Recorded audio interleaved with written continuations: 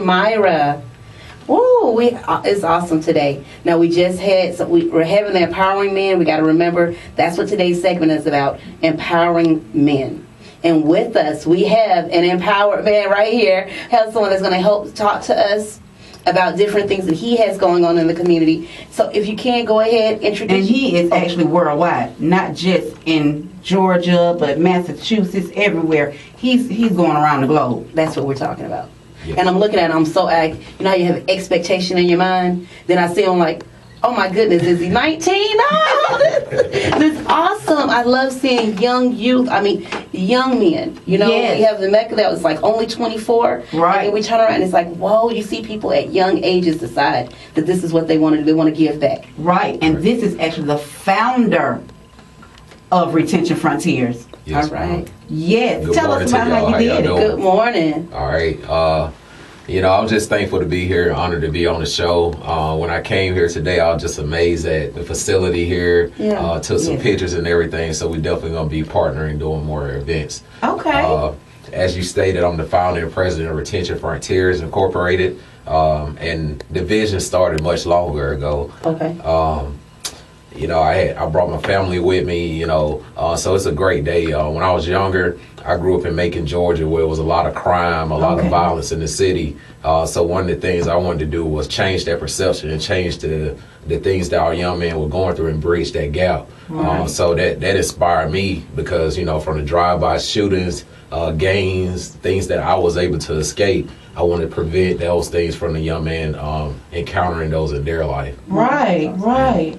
So Retention Frontiers was founded here in Atlanta, Georgia, in 2009. Okay. And as you stated, we're doing events worldwide in Massachusetts, Florida. We got a big event coming down there. Yeah, that's the bowling event, right? Bowling event. Okay. We're going to raise some money, give it back to Trayvon Martin's family, and get some school supplies for the kids to encourage them to stay in school. Right. Because currently 43% of African Americans are high school dropouts, so we want to prevent that as much as we can. Exactly. Yes, and some of your programs actually prevent that. I know when I look on Twitter, you give a lot of statistics about what's going on, about the GED, about if you don't have your high school diploma, about how many jobs are people not able to get because of those simple things.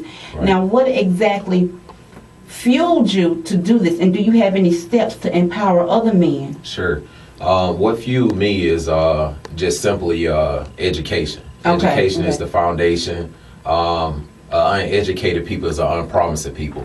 Right. So what we have to do as a people, youth advocates, community advocates, we have to change their perception of profiling what is going on with our African American young men. Right. And how we do that is encouraging more programs like Retention Frontiers, like the Kingsman Leadership, putting these young men into programs. So what we have in place, we have a youth book club. We have a mentor and development enrichment program which focuses on STEM, science, technology, engineering, and math. Okay. So we provide our young men with tools which helps them become leaders of the future. Right. So that's what we're doing. That's good. And that's awesome. And that really is. And I'm looking at you, and you do something. I see, you have the books. You actually have something every week to actually empower people every week. The book, the music, your own YouTube. And I was like, oh my goodness, on YouTube, you don't look as tall as you are. So I see you on there, and I'm like, wow. And you have an inspiring message every week. Yes, thank you. What we just started that one of our board of directors, Eddie Williams, he came up with the idea, was in the room, we call it the weight room. Okay. That's where we do our training and our thinking about innovative ideas to try to push it out to the community and people that are following our movement. Right. We call it the RF movement, Retention Frontiers movement. Okay. So he said, hey man, we should start doing a song of the week. So this is our first week where we did a song of the week, yes. Which is Get Back Up by T.I. Okay. And the whole principle of that song is, this is from the No Mercy album, I believe. Okay. This is where he was redeeming himself, coming back from the ashes, so to speak. So the video of the week, we talked about how, you got to get back up again, encourage yourself. Sometimes you be in a dark place and you don't even feel like you can be encouraged. So you have to encourage yourself, step out of that dark place and become the transformed person that you're supposed to be. That you're supposed to be. That's right. awesome. And it's a leader in all of us, and we just have to find that. We have to find that within ourselves, and I'm glad there are programs like you to actually pull it out of people that don't feel that way. Right. You don't. Now, how can we get in touch with the Retention Frontiers? Most definitely. We can be reached via email at retentionfrontiers@gmail.com, or you can reach us on Twitter at Retent Frontiers. Also, you can like us on Facebook at Retention Frontiers. Okay. Now tell us about the things that you have coming up. I know we mentioned bowling. Sure. But what do you have coming up? Besides the bowling event, that's going to be July 28th in Orlando, Florida. Orlando, okay. If you want to come down, we'd love for the show to come down. You're more than welcome to come.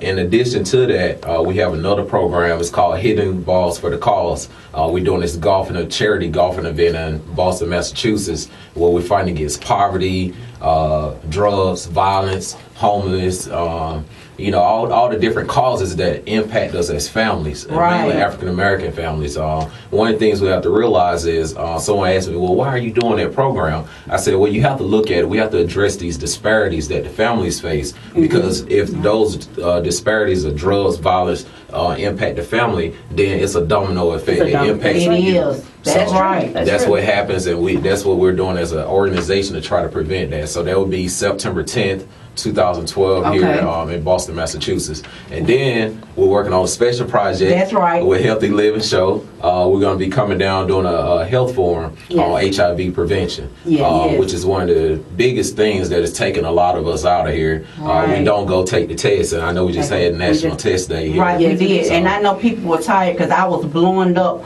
on Twitter just telling everybody, go get tested, go get tested, go get tested. We were on a college campus just on Thursday, Savannah State, right here in Savannah, Georgia, and they were doing testing right there. And you'll be surprised how many people would refuse to take the test. It's a free test.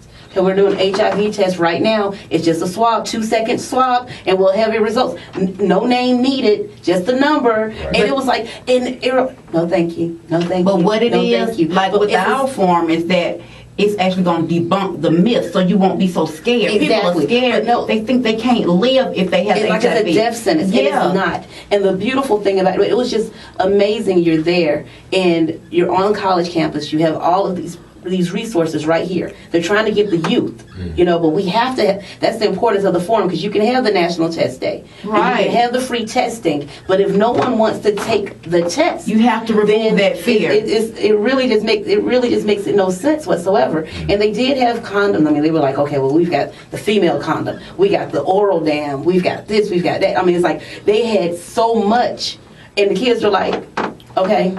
You know what I'm saying? They might pick up a few condoms and walk on, keep it moving. Right. The test is the thing that we have to be able to, and that's the importance of this forum, to make sure that we go and make sure that people know. That's right. That you know what, it's not a death sentence. You can live with this, and the importance of knowing, because see, knowledge is power. As long as you don't know and you live in darkness, right? I mean, it's just good just to know. Okay, and I think it's a thing necessarily with a generation. I'm not sure, but I know with me personally, I have no problem getting a test. I've been married for 19 years. I get a test today. Somebody come, okay, no problem. But I want to know. Yeah. You want to know. And it's a confidence that comes along with that, knowing, well, I know I'm tested. Yeah. Are you tested? Right. And what happens is, if you don't get tested, people don't realize, if you don't get tested and you wait until you get sick and you go to the hospital because something else is going on, they tell you have HIV, you don't have time to prepare yourself. You don't have time to prepare your children. You don't have time to prepare a lot of things. And the person that you're intimate with at that time. That's the problem. You're not getting tested, and you're continuing to do other things. You're continuing in that, and that's the problem. I'm just thinking about the women, because in Atlanta there are so many women, and think about the children they're leaving behind.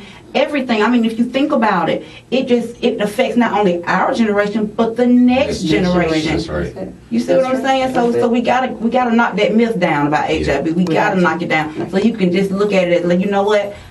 If I can go take a pap smear, if I can go to the doctor and I can get a shot for it, like when you're in college, you have to get the tetanus. Nobody has a problem with that. Yeah, let's go. Why is it such a big thing about HIV? Well, it's some key words you said there. Preparation. Let me say this to all the listeners: poor preparation promotes poor performance. All right. Okay, and when I took my first time taking the test, I was scared. I ain't gonna lie. So fear is something that impedes. It's just an obstacle. It impedes your progress. That's it. And you have to take that first step and have faith in yourself, so you can at least know knowledge is power, like you said. And you can't worry about it, because worrying is like, not paying a bill that will ever come due. Yeah. So, so you're up there worrying about something that would never happen. You don't know. You got to take the test to know. It's all about prioritization. Action expresses priorities, right? So you got to take that action. You got to have dreams. You have to plan, and you have to believe in yourself. That's it. That's it right there. I mean, You said a lot. He said it all, right? But he said so much. Anyway.